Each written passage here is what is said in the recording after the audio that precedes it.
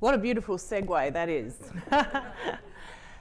So I believe that social media is doing us the power of good for our health. Nice little flip there, isn't it? But it is. And I believe that if social media is used really well, that we're going to be healthier and happier. But it's a really bitter pill to swallow for our healthcare providers because doctors and researchers are sitting on their hands, refusing to engage in the information superhighway and hiding behind regulation. My name is Michelle Gallagher. I'm a social media technology entrepreneur and also co-founder of the Social Science and Women in STEM Australia, an advocacy group that raises the voices of women in the science, technology, engineering, maths and medical field. Who hasn't done this? A few of us did that today. So we Googled, feeling dizzy, feeling a little bit sick, feeling a bit hot. Feels like a heart attack. Yeah. We've all done this. Dr. Google is consulting millions of people every single day. So what does that mean for healthcare? It actually means that your GP is now no longer the primary healthcare provider. Dr. Google is. Sorry, Kate. Yeah, take that back to Monash Health. But it's true. Now, Google represents one of the greatest search engines for our health information. It's how we're learning about different things. Can you imagine what the top thing that people Googled last year was? It was, what's Zika virus and how will I get it? If I get it, how long will it last? The year before that, it was Ebola. But seriously, this year in Australia, the top term that people are Googling is, what is palliative care? That makes sense, doesn't it? Of course. So we don't go to our doctor and ask that question, or our community pharmacist. We go to Dr. Google to ask that question. One of the other things people Googled is, what is an enema? Can I get pregnant if I have my period? So we actually learn a lot by listening to social media and understanding how people engage in this way. But it comes down to this, doesn't it? Trust. Can we trust the information that's available on social media? Who's creating it? Can we believe that it's useful? Is it connecting in the right way? And I propose that we can't trust a lot of information that's on social media because the right people aren't creating it. They're not promoting it. We know that 15 million Australians are on Facebook and 1 in 3 are turning to social media for their first source of health information. So I say, I'm over a certain age, so I say, I say to my kids, go Google it.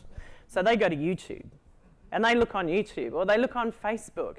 But the new generation of digitally empowered patients are first of all trying to understand what their symptoms mean and try and predict, self-diagnose, what's going to happen next. They'll often, and I'm sure you do it too, you walk into your doctor or community pharmacist and say, you know what I really need? I do that too. But what we have here is a story that I want to share with you. This lady on the left of the screen in the purple jacket is Athena Sagarakis. She was a friend and colleague of mine. She died this time last year, stage 4 melanoma. Was diagnosed at an endpoint. And one of the best things we did was get into a Facebook community of people with melanoma. So it's run out of the US, it's moderated by clinicians, trustworthy. It's moderated 24 hours a day, 7 days a week. These are all patients who have stage 4 melanoma. So in this Facebook community, we found 2 clinical trials to get her onto. And I think getting her onto a Keytruda trial recommended through this Facebook group, we found also the right palliative oncologist for her here in Melbourne. But that group also had patients supporting other patients. And what she and I learned in that Facebook group was golden. We could not have got that from that 20-minute consult that we had with the palliative oncologist every month. We couldn't have got that from the oncology nurses that treated her with chemotherapy and radiation therapy. What we learned in that group was about palliative care. And thankfully, she died a really good death. But we know this is true. Social media can genuinely change the way we perceive and experience healthcare. And it can be a really positive force here. I ask the question sometimes, is social media making people more confused or actually more empowered? But it comes down to content, doesn't it? So when patients are engaged in their own healthcare, outcomes improve. And I'm glad to see you nodding there, Kate. They do.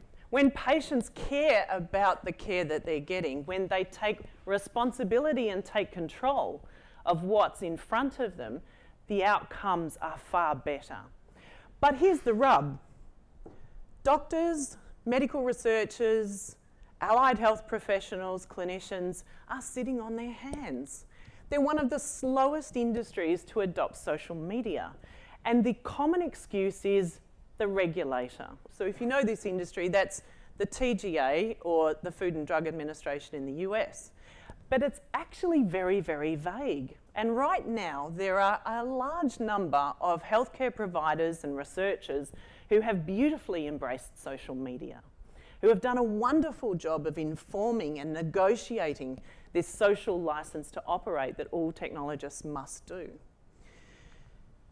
So social media is driving a new paradigm in what leadership means. It's breaking down the hierarchy. So in the old days, and it's not really the old days, but you've got the medical association in hospitals, and the most senior doctors sit at the top of that, and they're the boss, and they're the ones that get to speak.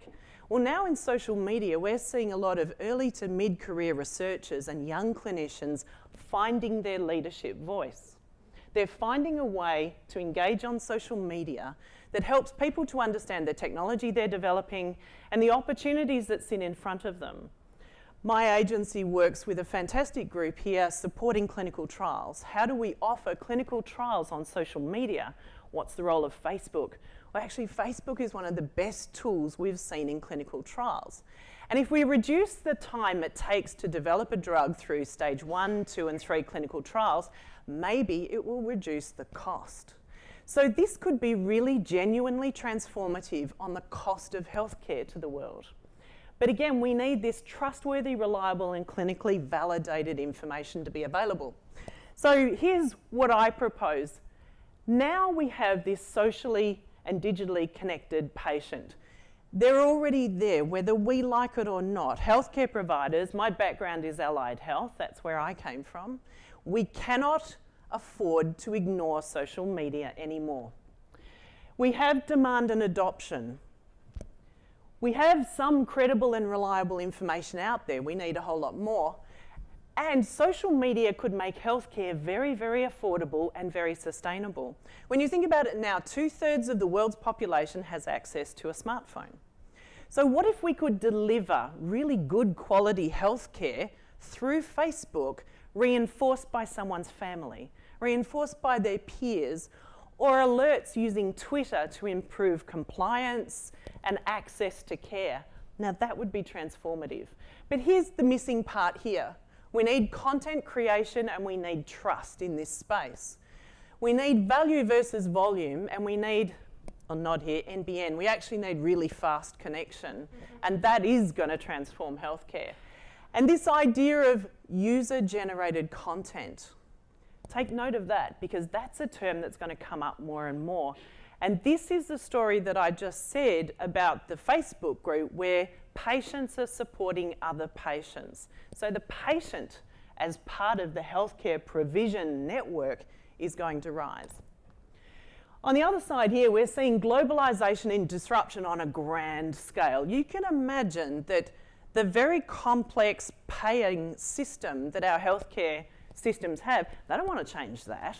In the US particularly, health insurance companies and the way healthcare budgets are structured, this kind of disruption is really shaking the tree for them. But we have to understand we've got healthcare budgets that are always under attack, haven't we, in Australia and the US? But this could genuinely be a universal healthcare system.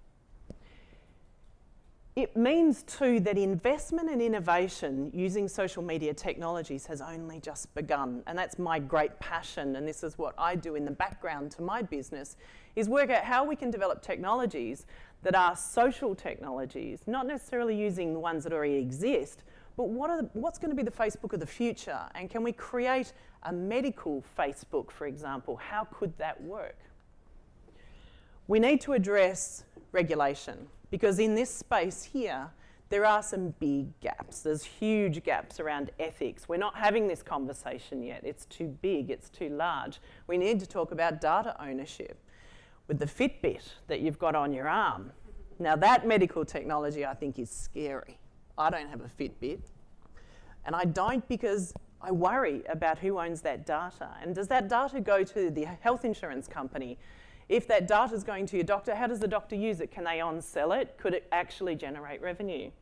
We need to look at clinical guidelines and clinical evidence, because a lot of these interventions that social media could offer could also do harm. And how do we manage that? How do we track adverse events on social media? And how are they acted upon if they're picked up in this way? I work with a group of researchers who are using social media to capture data to understand public health conversations around infectious diseases. And that's been transformative because in the past, they had to pay to get patients to come into the clinic, see the patient, pick up the information and analyse the information. Now they can literally scrape that information off Facebook because we're sharing it very publicly. High-speed healthcare is here to stay, but who's driving it? At the moment, it's patients that are driving it. We're driving it. But what we really need, and this is my personal vision, is to get more scientists, more engineers, more technologists, more regulators, more government, more clinicians onto social media. For when we do have them genuinely engaged in this information superhighway, then social media becomes one of the most powerful health tools that we've got. We cannot afford to ignore social media. For right now, the lunatic fringe is in control. Have you seen this in your own Facebook feed? Somebody shares something that's an anti-vax campaign, or somebody sharing some crazy idea of bicarb for breast cancer instead of chemotherapy. And people like me in the past, well, I've sat on my hands and I've let that go through in my Facebook feed and I haven't said anything. So it's actually not hard for clinicians to take a stand and to react, not just sit back and ignore. And I think real leadership will come probably from the middle of the healthcare sector.